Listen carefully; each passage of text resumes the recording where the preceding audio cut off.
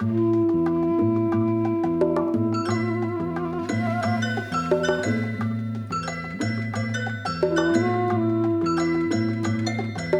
everyone, welcome to the podcast. Again, I'm your host Jake here with Josh. Today we have another Taiwanese Gaoshan high mountain tea. Let's just take a look here. I'm gonna, as always, preheat the brewing vessels. Again, we just do this to bring everything up to heat, rinse any residue out that might be there from previous sessions. So we're working with. This one is a Lishan. Not Alishan, sorry. Lishan, Lishan, means pear mountain. It's a particular high elevation mountain in central Taiwan. This one was pretty popular recently. One of the more popular, well-known ones among Taiwanese tea connoisseurs. Wow. Yeah, what are we smelling? I'm smelling high mountain oolong goodness. Oh my god. It's fruity, but it's not like extremely fruity. Okay, so full disclosure, I have not drinking this tea yet. Me neither. I have not either, which is crazy because I really wanted to try this one. I was curious me too. about it. It just came in about a week or two ago. We just got the fresh harvest, and we've just been going so hard at the Trident that I have not, unfortunately, had time to sit around and drink tea.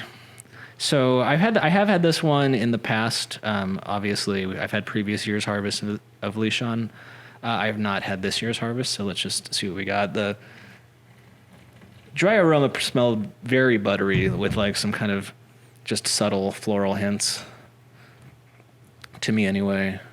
This should be a fairly ethereal tea, but let's just see. I am going to rinse this one, so let's throw this one out. Of course, we rinse these teas because of the ball rolling.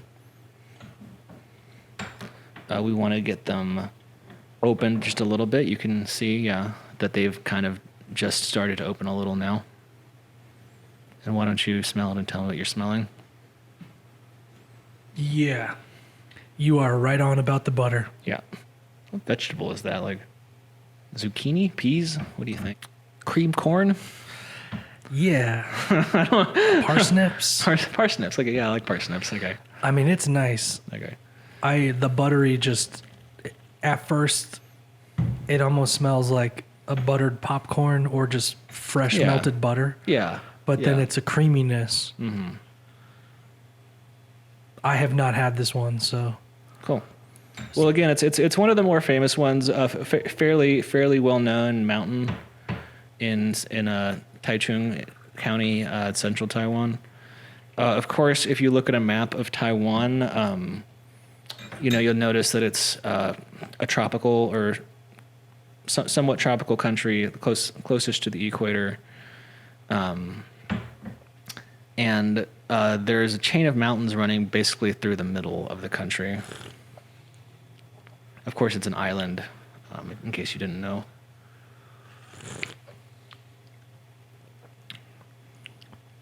Well, that's really good. Yeah, it is really nice. So how high up was this grown for a high mountain oolong? Yeah, so if you remember on the last episode, if anyone watched or listened, we drank a high elevation Darjeeling. That one was 6,300 meters. This one is 6,561 feet. So a little higher than the Darjeeling that we drank. So this is about as high as it gets. So some grow a little higher than this. I think Shan, I believe, grows a little higher. You've had that one before? Yeah, there's a creamy butteriness in it, and there's a floral undertone. Mm-hmm. I definitely got the fruitiness wrong. It's more of a floral. There's a hint of fruit, maybe like lychee or something, but just a hint. Yeah, good call on the lychee. There's like a subtle sweetness. Mm-hmm. I don't even know if that's exactly right. Yeah, no, it's peach, just maybe it's more peach or apricot. Yeah, it's somewhere in there, in between a lychee and a peach. Stone fruit. Stone fruity. Yeah. When you don't know, just say stone fruit. Works for wine, works for tea, works for coffee. Stone fruit. Stone fruit. This one is very smooth, too. Very smooth, very smooth. I knew this one was supposed to be a fairly ethereal tea, by which I mean it's more about body and feeling than overt tastes. That's kind of what I look for in Taiwanese oolong. Of course, there are some that are really good that are a little more flavor forward, and some people prefer those. It's just a preference thing. I mean, really what you want is like a smooth, sweet taste from your Gaoshan. You want like, I always think of these as being like big and round, very soft, mouth-filling, high aroma teas. On the back of my palate right now, I'm noticing like when I kind of retroflexively breathe, there's like maybe like a very fresh like snap pea note. So there's a good little aftertaste to this one. I'm like really tasting it in my throat right now. Yeah, it is very nice. And just to compare, I was looking at 4 High Mountain Oolong specifically the other day, and there's a really good selection on the Trident Cafe's website and the Trident Teas website. Yeah. I couldn't find a Longfeng Xia anywhere. And then the Fusho Shan I could find, but it was very spotty. And I definitely couldn't find a Li Shan. You mean on other sources? Other sources. I was just comparing, and then I was like, wow, just to have those, you know, the Li Shan, the Longfeng Xia, and the Fusho Shan. It's a good selection. And again, we just got these in, so I've been kind of slowly updating the website. Fusho Shan, Longfeng Xia, and Shanlin Shi, 3 of the main like regions, mountains we've traditionally gotten from. We have gotten back in. This one, I don't think we got this one. We had this one in last year, but we were able to get a little bit this year, and I'm glad that we did because this is very nice. I'm actually getting a lot of like vegetable-y floral, but like it's not like a very like robust vegetable. It's like a fresh from the garden. Like if you took like a pea pod, like just ripped it off the stalk, and like ate it. That's kind of like where I'm. I don't know if you see that. Yeah, it's definitely got this fresh vegetal thing happening, but like fresh harvested vegetables that you just kind of crack into. Yeah, it's a very very crisp but very light. It's very subtle. Like it's very smooth. Like I'm actually almost really impressed with the smoothness. Just a little bit of background in case you don't know anything about Taiwanese teas in general. Tea was brought over from China in the I think mid 18th century.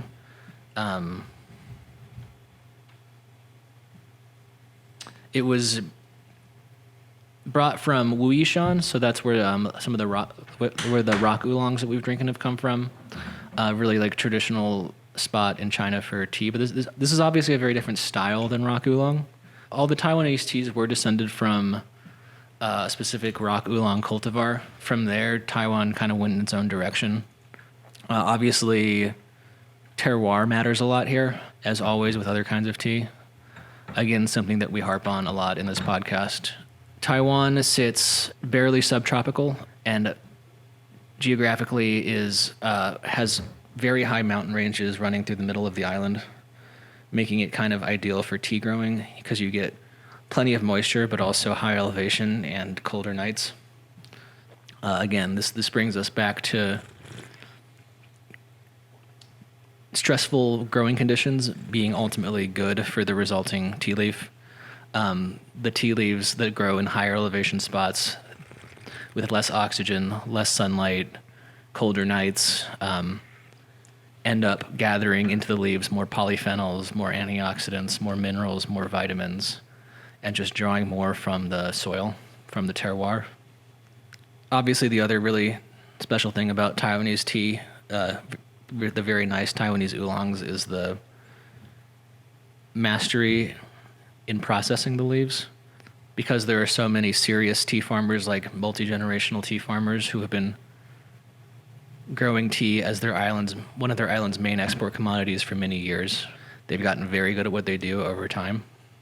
You know, each generation adds a little bit of knowledge on top of the previous one, perfects the process, adds the refinement, to the point where like these are just, the processing on these is so masterful. Once it opens up a little more, we can look at some of the leaves. I just really like High Mountain Oolongs. Yeah, they're good, dude. And this one is definitely one I've been wanting to try for a while. For anyone not watching the video, very green leaves. These oolongs are lightly oxidized, probably 10 to 15%. in general, which is definitely on the lighter side. That's just where, quote, Oolong starts.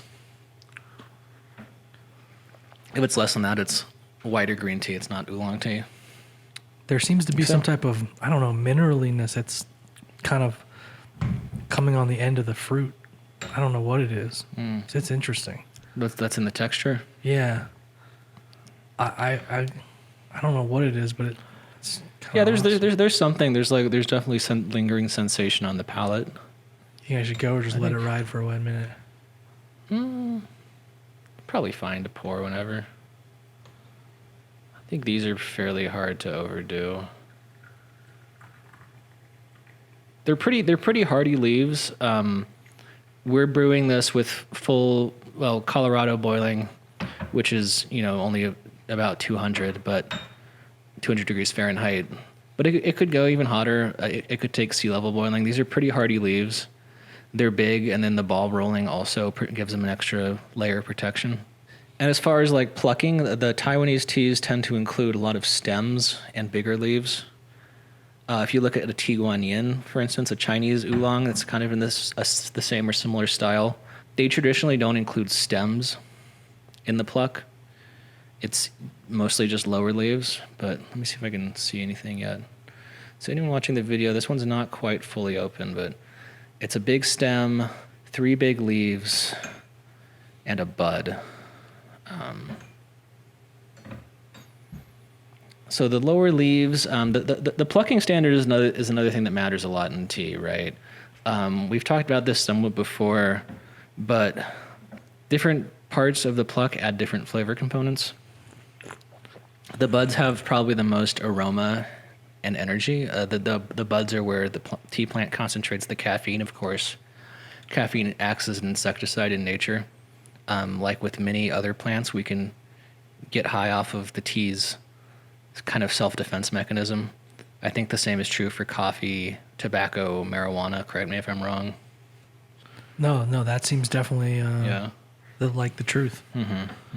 But then the lower down leaves and also the stem add a lot more like body and sweetness. Think about like teas, like you see this in like white tea sometimes. There's different plucks. Like Silver Needle is like all bud, and that's like a very like ethereal aroma heavy tea. But then like Baimudan, White Peony, or Chomei include the lower leaves just like this does, and those are often much rounder and much sweeter than Silver Needle. And it's kind of a preference thing. I just want to reiterate what a difference the plucking standard also makes, in addition to the terroir, the processing, the brewing. I'm super impressed with this tea. It, when you said it was ethereal, I was trying to figure out what that meant in my mind.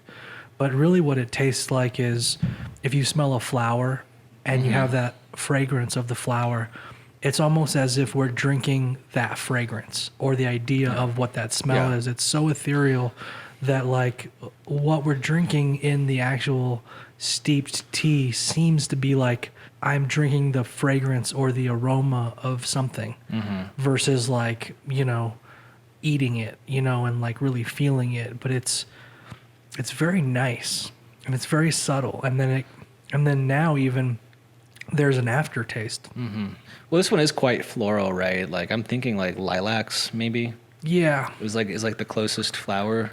I don't know. I'm not super good with like once I get past like just floral, like identifying what kind of flower. Yeah, no, that's true. I almost want to say lavender, but it's not lavender. I think lavender is also it's in the, like the lilac lavender, like the kind of like pink sweet kind of family of floral flavors. And I mean, this is one of those teas where if you're used to drinking really hearty, meaty teas that have like bite or like that have a lot of oomph, this is very gentle. It's almost like a ambrosia or like nectar from the plant versus like eating the plant. You're more like sampling the nectar from the plant. This is very interesting. I was like literally just that was my next topic, was like talking about like how this one feels to me. I think this one feels very high in L-theanine too, just like the Dragon Well we drank a couple episodes ago. Again, that's the calming agent in tea, L-theanine. So it makes you feel like good and relaxed while drinking a caffeinated beverage. That's like the really nice balancing thing that tea naturally does. So with the steeps, we kind of started out with 15 to 20 second steeps after it was rinsed. And now we're kind of moving on to maybe 20 or 30 second steeps, you think? Or not even? Yeah, I think it's fair to like crank it up a little bit. 20 or 30 seconds might still, like, just at the leaf ratio we're in, be a little much. Because anyone watching the video saw the tea started out as just looked like a few small balls, tea balls at the bottom of the gaiwan, and now it's basically open and expanded to fill the entire capacity of the brewing vessel. Yeah, that's definitely one thing I like about the High Mountain Oolongs. And it always catches me off guard. I always end up overleafing them because like it doesn't look like much when it's going in. But I really have to weigh these teas. I really don't have like a good feeling for that. Well, and just because of the pricing of the Li Shan, it's I mean, you guys have it on the website and it's extremely well priced. Yeah. Because if you compare it to other places where you can find it, it's a lot more expensive. A lot more expensive. Well, this one's actually not online at the moment this video is being recorded. It probably will be though comparable to the Fusho Shan, which we sell for $12.50 an ounce, which yes is a good price for this kind of tea. You have to think like an ounce of tea, you're gonna get like 5-ish good servings out of it. So you can break it down that way, make yourself feel better about spending $30 on tea. But you get like, it's basically like you're buying 5 bottles of good wine for like $12.50. That doesn't sound so bad. Tea is definitely one of the cheaper specialty commodities to be into. Much more bang for your buck than wine or whiskey or cheese. And you wake up feeling really good. Yeah, exactly. No hangover. Well, and what's cool is I started this and my voice was a little bit parched when we started this episode, but my voice is actually coming back. It seems like a little more like less scratchy. It's like hydrating my vocal cords. Interesting. Yeah, it definitely has like a mouth coating feeling, right? Like the buttery oiliness of it. I mean, even in this steep, the butter just came through, the creaminess. Yeah. Don't know if anyone just heard my tea burp, but it's definitely doing things. It's like it coats the mouth. It gets all up in you. It really does. What is this? Do you think this is an indica? Maybe. Indica leaning hybrid? Yeah, it could be more of an indica, more of a calming tea. Yeah. I mean, just because whatever it has to go through up in those high mountain elevations. And I really like how much stem is on this tea. It's like... I think that adds to it for sure. Is there a melaniness coming through, Yeah. or just the fruits now kind of announcing itself a little bit more, like melon butter? I think if I were to write the tasting notes at this point, yeah, it would be like lilacs, buttered cantaloupe, something like that. Yeah. If I'm trying to pick like 3 keywords to give you an idea. Wow. That butterness and that creaminess is really unexpected. Or maybe it's extremely expected if you drink a lot of High Mountain Oolongs. Yeah. So when tea was brought over to Taiwan, it was for a long time, Taiwan's like main export. There was a big push around the same time in the mid 19th century for Western European countries to not want to rely on China for tea anymore. So in addition to India, like Assam and Darjeeling, people were looking to Taiwan. Of course, Britain didn't have a colony in Taiwan, but they were trying to buy from anyone else in China at the time. And they were trying to buy from anyone besides China at the time.